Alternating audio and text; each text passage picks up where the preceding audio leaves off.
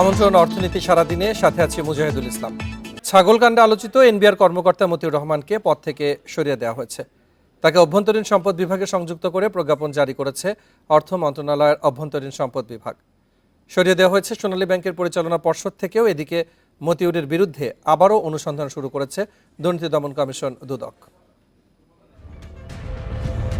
12 লাখ টাকার ছাগলসহ প্রায় অর্ধ কোটি টাকায় কোরবানির পশু অর্ডার করে নেট দুনিয়ায় ভাইরাল হন 19 বছরের তরুণ মুশফিকুর রহমান ইফাত। প্রথমে ইফাতের সঙ্গে সম্পর্ক অস্বীকার করলেও পরে গণমাধ্যমের অনুসন্ধানে প্রমাণ হয় ইফাত এনবিআর সদস্য মতিউর রহমানেরই পুত্র।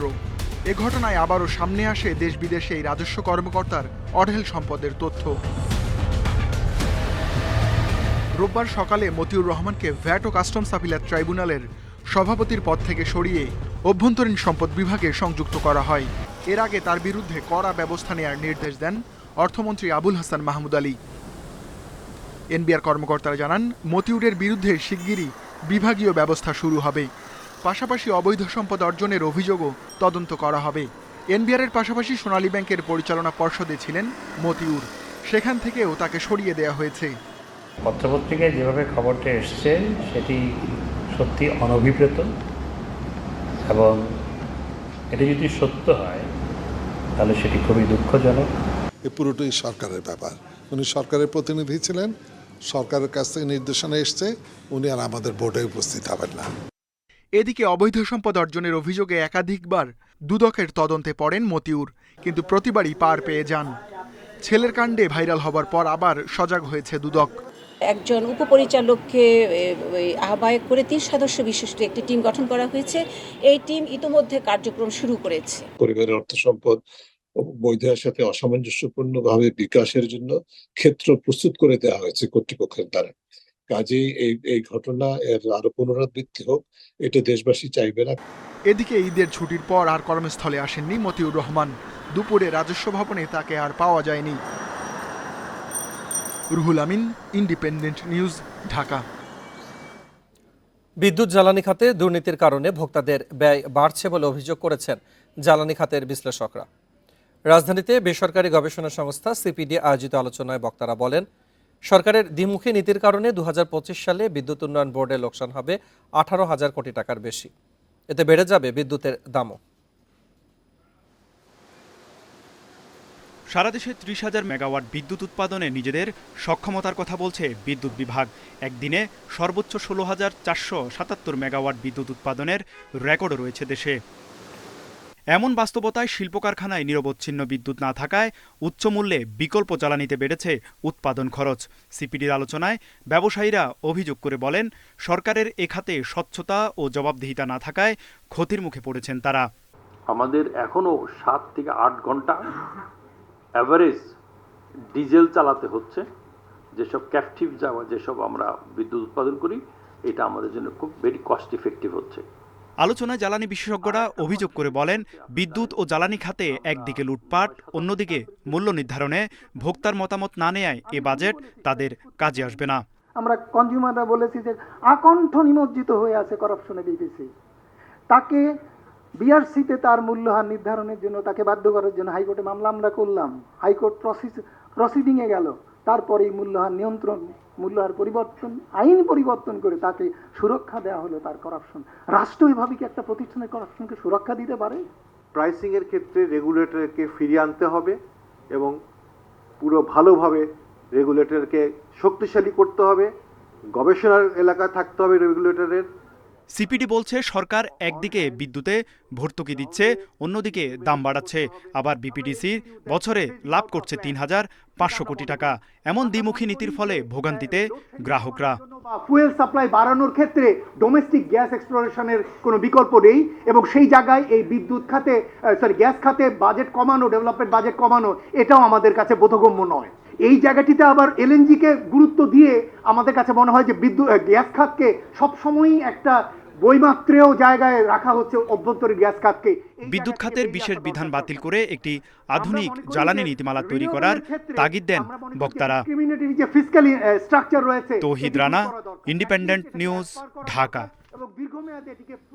এনবিআর কর্মকর্তা মতিউরের বিষয়ে দুদকের অনুসন্ধান ও সার্বিক বিষয় নিয়ে আলোচনা করতে আমাদের সাথে যোগ দিচ্ছেন পলিসি রিসার্চ ইনস্টিটিউটের নির্বাহী পরিচালক ও অর্থনীতিবিদ doctor Ahsan H Mansur. Doctor Ahsan H Mansur, আপনাকে স্বাগত জানাচ্ছি ইন্ডিপেন্ডেন্ট সংবাদে।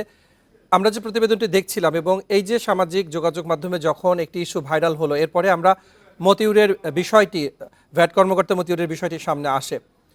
ইনি আগেও বিতর্কিত ছিলেন এবং দুদকে তিনি এর আগেও তার বিষয়গুলো আলোচিত হয়েছে, কিন্তু পরবর্তীতে সেখান থেকেও তিনি বেরিয়ে গেছেন। কেন বারবার এই ঘটনাগুলো ঘটছে এবং একজন বিতর্কিত ব্যক্তিকে কিভাবে এই বড় বড় স্থানগুলোতে আসলে জায়গা দেওয়া হচ্ছে? দেখুন, বাংলাদেশে যদি আমরা অবজেক্টিভলি দেখি, অনেক বিতর্কিত ব্যক্তি অনেকভাবেই সর্বোচ্চ পর্যায়ে চলে গেছেন, তাই না?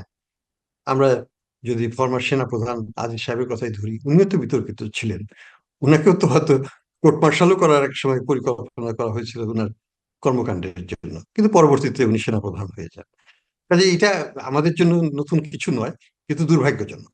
তা আমি মনে করি যে একটা বিতর্কিত হতে পারেন কোনো কারণে, কিন্তু সেটা তদন্ত সাপেক্ষে যদি সেটা প্রমাণিত না হয় তাহলে অবশ্যই সেটাকে বিতর্কের ঊর্ধ্বে নিয়ে যেতে হবে, সেটা তখন অ্যাপ্রুভের না। কিন্তু এই ক্ষেত্রে যেমন ওনার যে 50,000 টাকা, 50 লক্ষ টাকা দিয়ে গরু দেওয়া বা 13 লক্ষ টাকা দিয়ে খাসি কেনা ইত্যাদি, এবং অন্যান্য যেসব আতিশয্য আছে, সেগুলো তো অবশ্যই প্রমাণ করে যে উনার বেতন দিয়ে এগুলো করা সম্ভব নয়। কয়েক বছরের বেতন দিয়ে একটা গরু কেনা সম্ভব হবে না। তো এই অবস্থার কারণে মূলে কিন্তু আমাদের দুর্নীতি, এবং দুর্নীতিটা আমাদের বাংলাদেশের এখনকার যে বর্তমান শাসন ব্যবস্থা, প্রশাসন ব্যবস্থা বিশেষ করে, তার কিন্তু রন্ধ্রে রন্ধ্রে ছড়িয়ে গেছে। এবং এই জায়গাটা সরকার যদি নজরটা না দেয়, তাহলে কিভাবে আমরা এখান থেকে উত্তরণ ঘটাবো আমি জানি না, কিন্তু আমার কাছে মনে হচ্ছে মনসুর, আমরা আরেকটি বিষয় জানতে চাই যে ব্যাংকের পরিচালনা পর্ষদকে দুর্নীতিমুক্ত রাখা হচ্ছে এমন দাবি বাংলাদেশ ব্যাংকের পক্ষ থেকে কিন্তু বারবার করা হয়, কিন্তু এর পরেও আমরা দেখছি যে সোনালী ব্যাংকের মতো জায়গার পরিচালনা পর্ষদেও মতিউরকে দেখা যায়। মতিউর সেখানে আসলে কিভাবে জায়গা পেলেন? এটা এটা এটা এটা হতে পারে, কারণ উনি যখন এনবিআর এর কর্মকর্তা ছিলেন, একটা উচ্চপদস্থ কর্মকর্তা, সেই হিসাবে উনি একটা ব্যাংকের ডাইরেক্টর, এক্স অফিসিও ডাইরেক্টর হতেই পারেন, নমিনেটেড বাই দ্য গভর্নমেন্ট। সরকারি কর্মকর্তা তো বেশিরভাগ সরকারি ব্যাংকে আছেন ওরা, সেই হিসাবে থাকতে পারেন। তবে যেহেতু এখন এটা তার দুর্নীতির মোটামুটি ভাবে প্রমাণিত বলা যায়, বা তদন্ত সাপেক্ষে এটা প্রমাণিত করা সম্ভব হবে বলে আমি মনে করি, সেই ক্ষেত্রে ওনাকে অবশ্যই সেখান থেকে অব্যাহতি দিতে হবে, এবং সরকার দিচ্ছে বলে আমার ধারণা। সেক্ষেত্রে যেটি জানতে চাইবো যে এনবিআর এর পদ থেকে তাকে সরানোর মাধ্যমেই কি কেবল মাত্র এই ধরনের কর্মকর্তাদের শাস্তি নিশ্চিত করা যাবে? এটা দুর্ভাগ্যজনক হলেও যে পদ্ধতিটি সরকারের নেওয়া উচিত সেটা হচ্ছে যে দুদকের মাধ্যমে একটা নির্মোহ একটা তদন্ত করানো, এবং সেটার মাধ্যমে সবকিছু উদ্ঘাটিত করা। এবং এ ব্যাপারে আমি মনে করি যে গণমাধ্যম কর্মীরা যে ধরনের তৎপরতা দেখিয়েছেন, সেটাও একটা ভালো ভূমিকা রেখেছে, এবং সেই কাজটা গণমাধ্যমকেও করতে হবে, কারণ আমাদের সরকারি প্রশাসন সেইভাবে তৎপর নয়। অনেক ক্ষেত্রেই গণমাধ্যমকেই লিডটা দিয়ে দিতে হয় যখন হয়তো প্রশাসন একটু নড়ে চড়ে বসে। কাজে আমি গণমাধ্যমের উদ্দেশ্য বলবো যে দুদক যাই করুক না কেন, আপনারা যেন আপনাদের কার্যক্রম চালিয়ে যান এবং সত্যকে উদ্ঘাটিত করুন। ডক্টর আহসান এইচ মনসুর, আপনাকে ধন্যবাদ জানাচ্ছি আমাদের সাথে আলোচনায় অংশ নেবার জন্য। চিনির সবচেয়ে ভালো প্রাকৃতিক বিকল্প স্টেভিয়ার পরীক্ষামূলক চাষ হচ্ছে রাজশাহীতে। বরেন্দ্র অঞ্চলের আবহাওয়া স্টেভিয়ার উপযোগী হওয়ায় বাণিজ্যিক উৎপাদনের সুযোগ আছে বলছেন চাষিরা। মিষ্টতা বেশি হলেও কার্বোহাইড্রেট বা ক্যালোরি না থাকায় ডায়াবেটিক রোগী ও স্বাস্থ্য সচেতন মানুষের জন্য এটি খুবই উপযোগী জানিয়েছেন গবেষকেরা। সুগারকর্প গবেষণা ইনস্টিটিউটের সহযোগিতায় পবা উপজেলার কাশিয়াডাঙ্গায় 1 বিঘা জমিতে স্টেভিয়া চাষ শুরু করেন এক কৃষক। চাষি আতাউর জানান, স্টেভিয়া চাষে বিঘা প্রতি মাত্র 30 থেকে 40 হাজার টাকা খরচ হলেও বছরে আয় 4 থেকে 5 লাখ টাকা। এটা অনেক টেকসই একটা ফসল, এবং বালাইনাশক কীটনাশক ছাড়াও করা যায়, খুব সহজ একটা আবাদ। গবেষকরা বলছেন, ঔষধি গুণাগুণ সম্পন্ন স্টেভিয়ার পাতা পাউডার চিনির চেয়ে 50 থেকে 60 গুণ বেশি মিষ্টি। কার্বোহাইড্রেট বা ক্যালোরি না থাকায় ডায়াবেটিক রোগীদের এটি চিনির সবচেয়ে ভালো প্রাকৃতিক বিকল্প। যেহেতু এটা মুখে খেলে মিষ্টি লাগে, কিন্তু এই সুগারটা আমাদের ব্লাডে যায় না, কাজে এটা আমাদের ডায়াবেটিস রোগীদের জন্য একটি আশীর্বাদ। এর পাশাপাশি এটা যেহেতু একটা ন্যাচারাল পাতা, কাজেই এটার কোনো সাইড ইফেক্ট নাই। স্টেভিয়া চাষে মাঠ পর্যায়ে ভালো সাড়া পাওয়া গেছে বলছে কৃষি বিভাগ। এ বিষয়ে কৃষকদের প্রশিক্ষণ দেওয়ার পাশাপাশি চাষের বাণিজ্যিক দিকগুলো তুলে ধরা হচ্ছে। যেহেতু বাই দিস টাইম এটা বিভিন্ন জায়গায় তার ভালো রেসপন্স পাচ্ছে, আমরা আমাদের দিক থেকে আমরা সম্প্রসারণ করব। সেই ক্ষেত্রে আমার মনে হয় সম্ভাবনা আছে। আসলে এক্সটেনশনের কাজ আজকে যেটা প্রযুক্তি আসে সেটা দেখতে দেখতে 5 বছর আপনি দেখবেন অ্যাভেলেবল। চা পাতার মতোই 3 মাস পর পর সংগ্রহ করা হয় স্টেভিয়ার পাতা। প্রতি কেজি পাতার বাজার মূল্য মানভেদে 2 থেকে 4 হাজার টাকা। স্টেভিয়া উৎপাদনে বিশ্বের শীর্ষ দেশ চীন। Mustafizur Rahman, independent news, Rajshahi. ওমরা পালনে আগ্রহী ব্যক্তিরা ভিসা পাবেন 24 ঘন্টার মধ্যে। আগ্রহী ব্যক্তিদের জন্য ইলেকট্রনিক ভিসা চালু করছে সৌদি আরব। দেশটির হজ ওমরা বিষয়ক মন্ত্রণালয় জানিয়েছে, ওমরা পালন করতে আগ্রহীরা অ্যাপের মাধ্যমে ই ভিসার জন্য আবেদন করতে পারবেন। অ্যাপে আবেদনের 24 ঘন্টার মধ্যেই পাওয়া যাবে ভিসা। এই ভিসা পেতে স্বাস্থ্য পরীক্ষা লাগবে না। একই সাথে এর মেয়াদ বাড়িয়ে 30 দিন থেকে 90 দিন করা হয়েছে। নারীদের জন্য পুরুষ অভিভাবক থাকার বাধ্যবাধকতাও থাকছে না। নতুন ব্যবস্থায় আরবি ক্যালেন্ডারের প্রথম মাস মহরমের প্রথম দিনই ওমরা পালনে যেতে পারবেন আগ্রহী ব্যক্তিরা।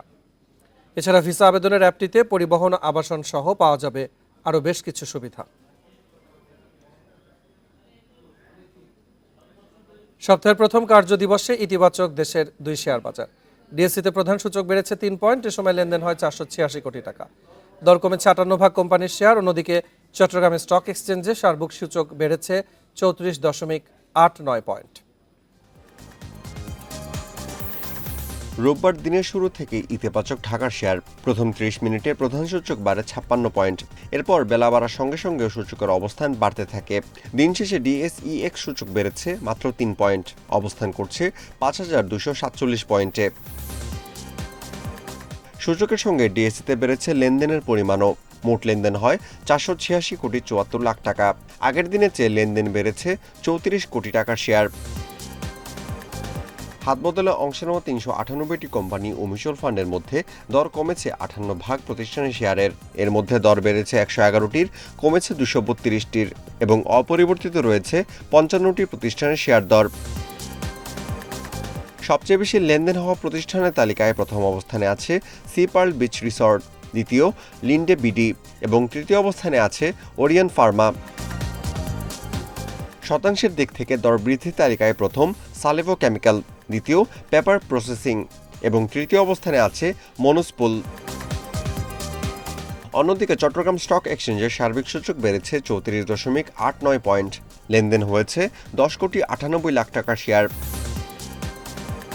Amirul Islam, independent news. এই ছিল আজকের অর্থনীতি সারাদিনে। এছাড়া ইন্ডিপেন্ডেন্ট টেলিভিশনের সব খবর আরও বিস্তারিত জানতে চোখ রাখুন ফেসবুক, ইউটিউব ও এক্সে। আমন্ত্রণ আমাদের পরবর্তী আয়োজন।